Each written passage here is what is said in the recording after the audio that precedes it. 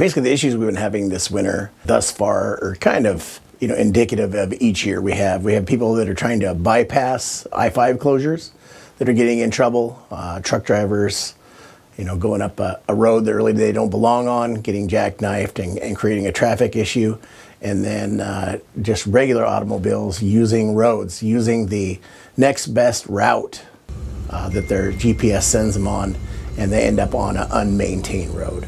So we've just, I think we've had about 6 so far, just this last storm system, of people that just end up innocently getting in trouble by either being locked in by the weather that came in on them, or trying to bypass some sort of closure. Planning during winter trips is very, very important.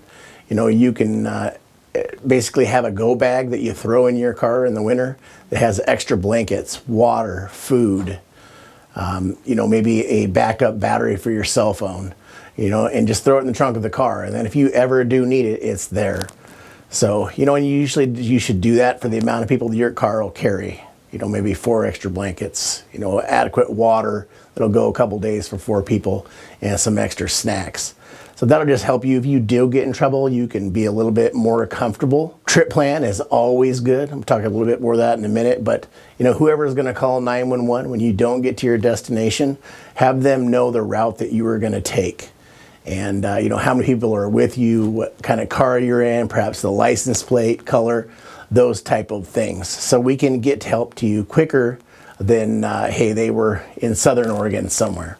So that should just give us some sort of clue of where you're at so we can get to you. And if you haven't downloaded the Sheriff's app yet, please do so. And on that, we have a TripAdvisor in the app where you can actually tell us basically who is on the trip, where you're heading, and what the license plate description of your car is, and when you intend to get there. That case, when that person calls us and says that, hey, you were missing, we check our database, and if you're in there, we've already have that information front loaded, and it's just going to save time.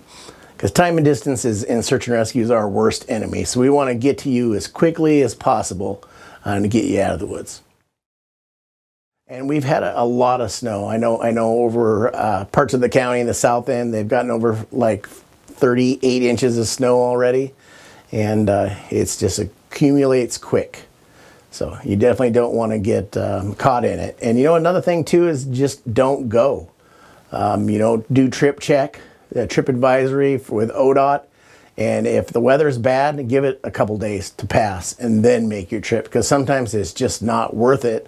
You may, at the end of the day, end up having to turn around and come back home anyhow. So do your research, plan in case that unexpected night out does happen with some extra equipment, and then do some sort of trip plan with your family members, or like I said, on our app, tell us where you're going and the information so we can get to you quicker. First thing is, don't call family members, call 911. You may only get one call out, and you're gonna want that call to be to 911 so they can get help started, and also too that they can capture your coordinates, GPS coordinates that is embedded in your cell phone signal. So we can get a good location for you, and it's just gonna save us a lot of time and energy to get to you quicker. So immediately call 911. Then if you have battery signal left, then call and advise family members. But your first call should absolutely be to 911. The old thing of, well, you have to be missing 24 hours is absolute nonsense. That's never been the rule. Sooner than later is what we want. We want to know sooner. And if we get turned around, we get turned around. It's no big deal. Just call. And another thing people don't understand is that we do not charge for search and rescue. You get into trouble, we're going to come and help you, and you're not going to end up with a big bill at the end of the day. Yeah, so we have a great SAR team here, and we are truly a 4-season team. So right now, probably our most active team, other than training with the other teams, is the snow response group. So it is made of everybody from people that can snowshoe, ski, to snowcat drivers, snowmobilers, any type of snow travel. We have them trained from an avalanche, pretty much the whole gamut, to where we can get to somebody either by vehicle, i.e. snowmobiles or a snowcat, or on foot if we have to. And so there's not much that we can't do to get to help you if you do get yourself into a jam. We're always looking for volunteers, and when I mean that literally. A lot of people say, well, I'm not in good enough condition to be in SAR. We have people from, I think our oldest member currently is 85 years old, down to college kids. And we have everybody from every walk of life: doctors, lawyers, students, construction workers, you name it, we have it. And that's what it takes to have a good, successful search and rescue team. And we would like to bring probably 40 to 60 on in the next 12 months.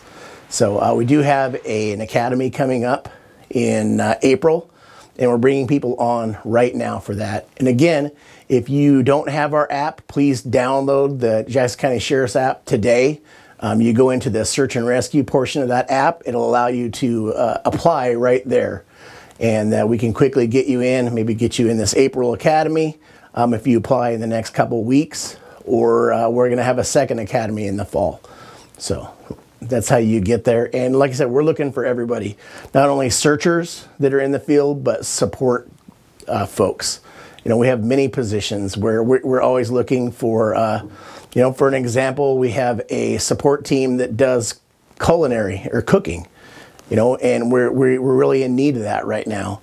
And other support things like communications, radio folks, drivers, all those things are important, so we can get people that maybe have been out all night long. We can get them fed, taken care of, and then perhaps driven back in safely since they've been up for 24 hours. So we have something for everybody. Obviously, you need to have a clean criminal history and time. And then we'll take care of the rest. You don't have to be trained. We're going to train you up to whatever level you choose, and that you feel comfortable out on a search mission.